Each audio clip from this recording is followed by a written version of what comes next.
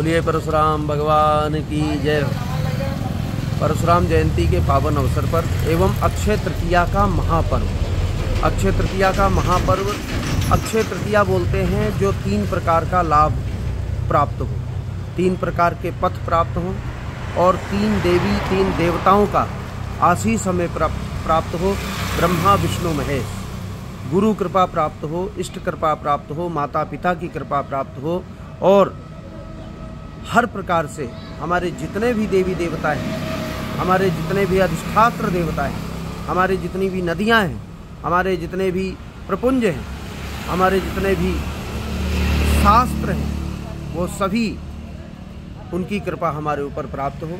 अक्षय तृतीया एक ऐसा पर्व है जहाँ पर हम सब कुछ प्राप्त कर सकते हैं। आज हमें घरों में गुरु कृपा, इष्ट कृपा, आराध्य कृपा के रूप में हमें बैठना चाहिए और उनके मन की बात जाननी चाहिए।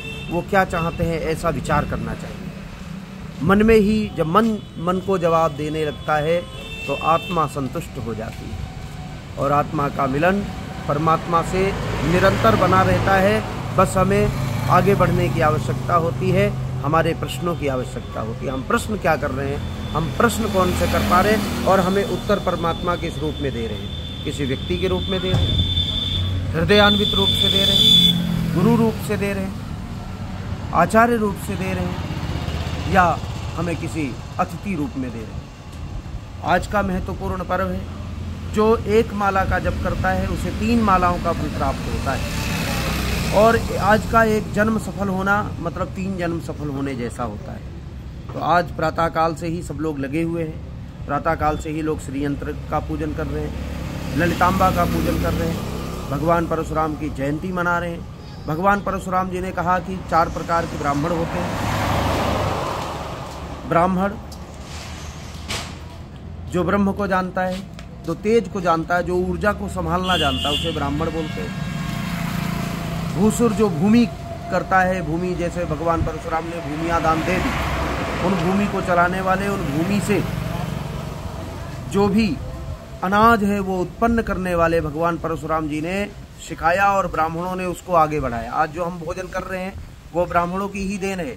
उन्होंने ही बताया हमें कि गेहूं कैसे पैदा होंगे, धान कैसे पैदा होंगे, मक्का कैसे पैदा होगी, चने कैसे पैदा होंगे। इसी तरीके से उन्होंने खेती के बारे में बताया जिससे हमारा उदर पूर्ति हो रही है, हमारा उदर पालन हो रहा है। और साथ साथ में विप्र उसे बोलते हैं जो पौरोहित्य का कर्म करते हैं। द्विज जिनके जनेऊ हो जाते हैं और जो विद्या अध्ययन करने के लिए गुरुकुलों में जाते हैं उनको द्विज बोलते हैं।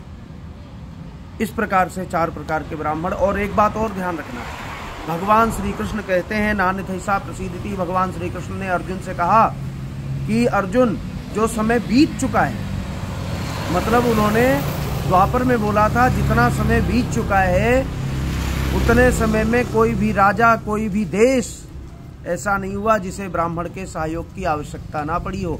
और जिसके सहयोग में ब्राह्मण नहीं रहा उसकी पीढ़ियों ने राज नहीं किया है, वो तो छटपट रहे। और एक चीज महत्वपूर्ण और है ध्यान देने की, जिनके देश में ब्राह्मण नहीं है उनके देशों में उपज नहीं है। नाना प्रकार की तरक्की तो आपको दिखती है, बिल्डिंगें दिख सकती हैं, आपको लगेगा, आपको दिखेगा कि बहुत तरक्की कर रहे हैं, लेकिन उनके पास खाने को नहीं है, जीव है खाने को। अगर जो खाने में कुछ है तो जीव है।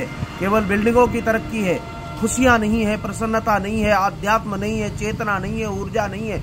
बस केवल अपने जीवन को जीना है, कभी ओस में जीना है, कभी नदी किनारे जीना है, कभी सूर्य की रोशनी में जीना है। तो जीवन का जो तैतुल्य तरीका है, जो प्रसन्नता भरी मुस्कान है, जो एक दूसरे का भाव है, परस्पर देवो भव की भावना, वो अन्यत्र कहीं नहीं है, वो हमारे देश में पाई जाती है। एक प्रश्न आता है कि ब्राह्मणों की संख्या कम क्यों है?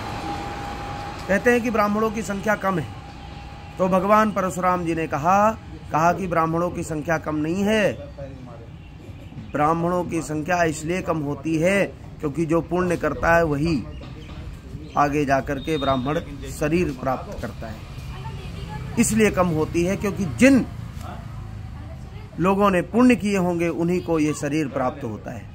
और निश्चित रूप से आप ये मान लीजिए कि भगवान परशुराम ने जिस प्रकार से तेज, जिस प्रकार से यश, जिस प्रकार से बल, जिस प्रकार की ऊर्जा का प्रयोग हम लोगों को बताया है, जिस प्रकार से धरती पर वीर भोग्या वसुंधरा की जो ललक है उसको फैलाया है। आज वीरता का प्रमाण अगर जो प्राप्त होता है तो जिसने विश्व भर में राज किया, जिसने वीर बनकर के राज किया, जिसने जो चाहा पाया, जो चाहा सो दिया, जो चाहा तो छोड़ दिया, ऐसे भगवान परशुराम की पावन अवसर, पावन उनके दिवस में हम सभी भारतवर्षी, हम सभी जितने भारतवंशी हैं उन सभी को ये चाहिए भगवान परशुराम के मंत्र अगर जो आते हैं उनको मंत्रों का जप करें, नहीं तो परशुराम संवाद को सुने। भगवान परशुराम संवाद जो है रामचरितमानस में है, कई कथाओं में वर्णन आता है, उनके वर्णन को सुने और अपने घरों से आज जाले नष्ट करें, जितने जाले लगे होते हैं उन जालों को नष्ट करें, जंजाल से छुटते चले जाएंगे। और आज हम सभी लोगों के लिए महत्वपूर्ण दिवस है, गायत्री का दिवस है।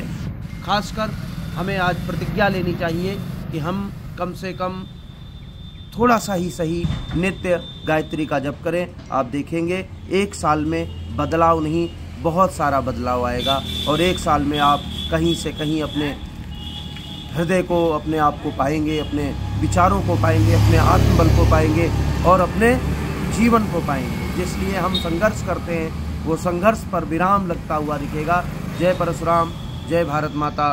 अक्षय तृतीया आज का पावन अवसर, भगवान परशुराम की जय।